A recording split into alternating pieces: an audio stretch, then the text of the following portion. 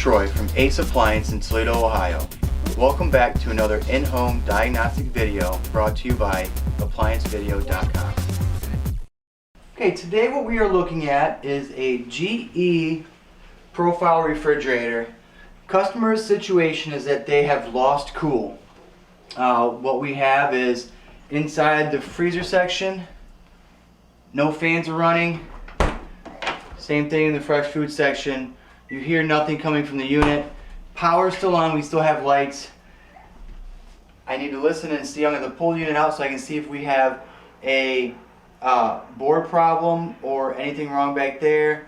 But I'm just checking a few things. What I'm going to start with though, before I pull it out, I'm going to open up the freezer door. I'm going to try to see back in the back to see the evaporator to see if I have any kind of frost pattern going back there. And I'm going to listen to the back to see if I have a compressor on. Okay, it sounds as though I have a compressor on, so what I'm going to look for now is inside the refrigerator. The back panel, I'm going to feel if it's cold or not.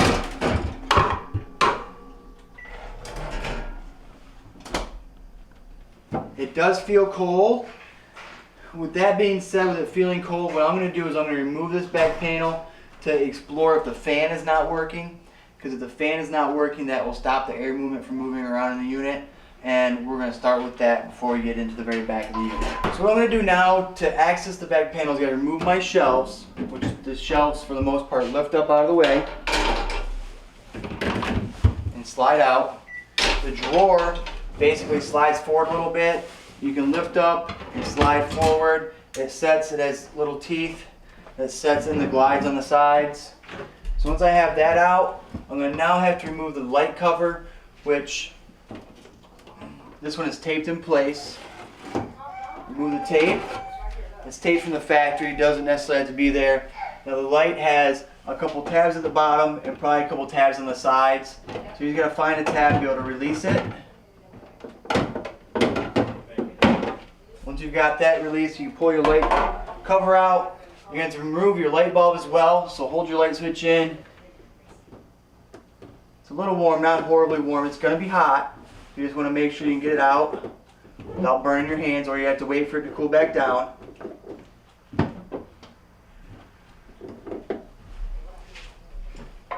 I use the cold from the back panel to warm my fingers down so I can move the hot again. This back panel has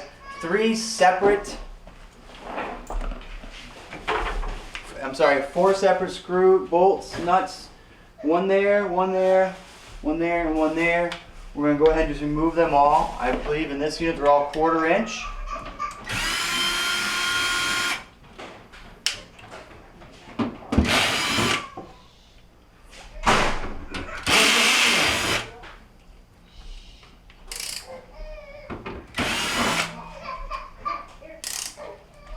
Once they are removed, the back panel needs to come down a little bit to get outside of the tabs. Once we have that, we can then lift it up.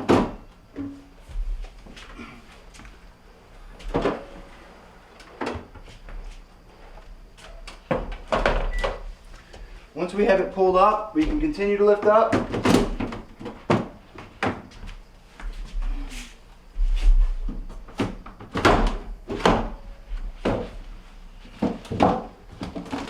Be able to pull the unit out.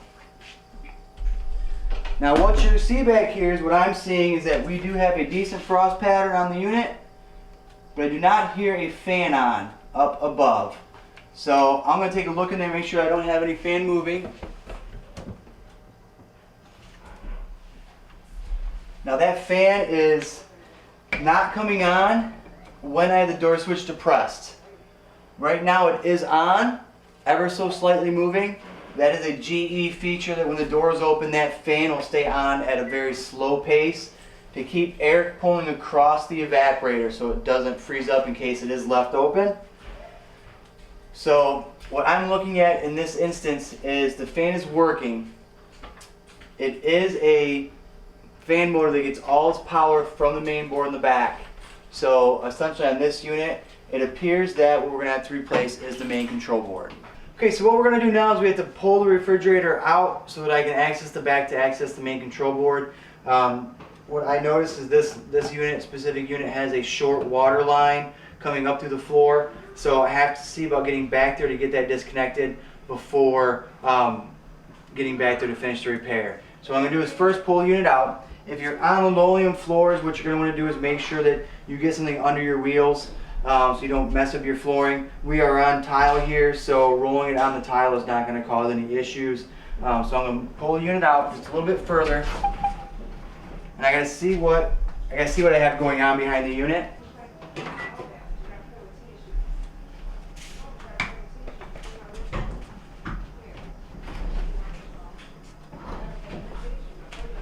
Looks like I have enough room to be able to get the unit pulled out and turn sideways so I can access the control board. Okay, so now I'm behind the unit. What we're going to do is we're going to remove the control panel cover.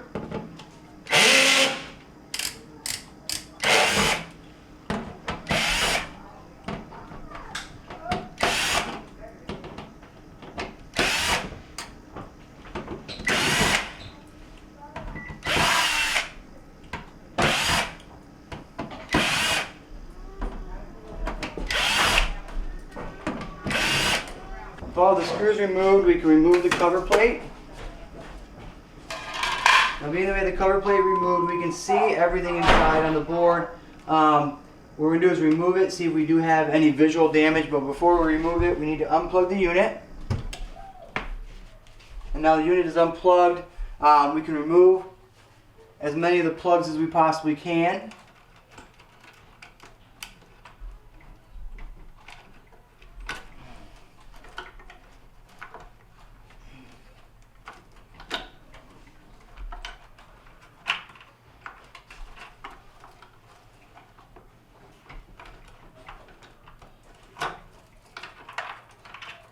Okay, well, with as many of these plugs removed as we possibly can, these other two over here, we need to remove the control board first. So what I use is a tack puller, because there's going to be 4 tabs on this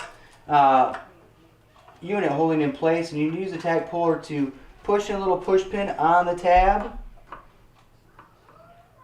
You can also use a flat blade screwdriver if you choose.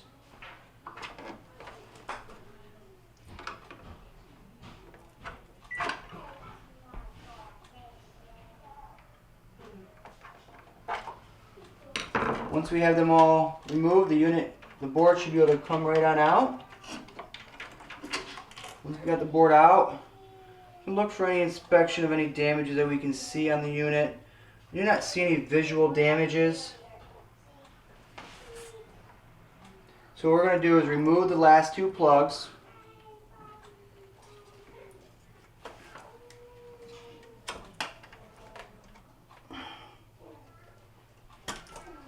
Once you get them removed, you can set your old board aside. Now your new board is going to come with directions, and make sure you read them, because on certain types of refrigerators you have to cut a certain wire. On this one, it doesn't look as though I have to cut any certain wires. You take your new board, it may look slightly different than your old board, and then you reconnect your plugs. Start with the one that goes in from the side, and then I would reposition your board back in place.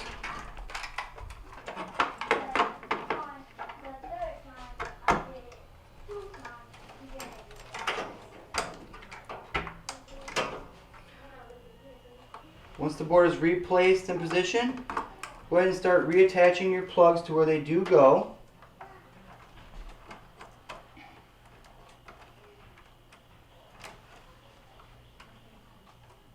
To the unit reposition, you can reattach your cover. Now this one comes with a ground wire. We want to make sure that we get that ground wire put into place where it would go.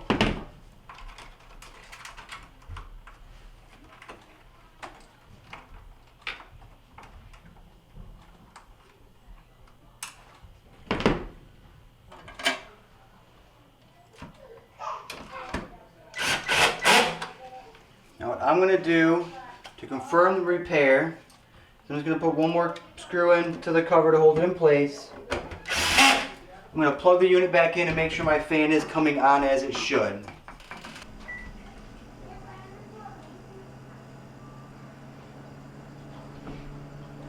and I have good airflow with fan movement inside. So what I'm going to do is finish attaching my screws to the back of the unit, push it back into place.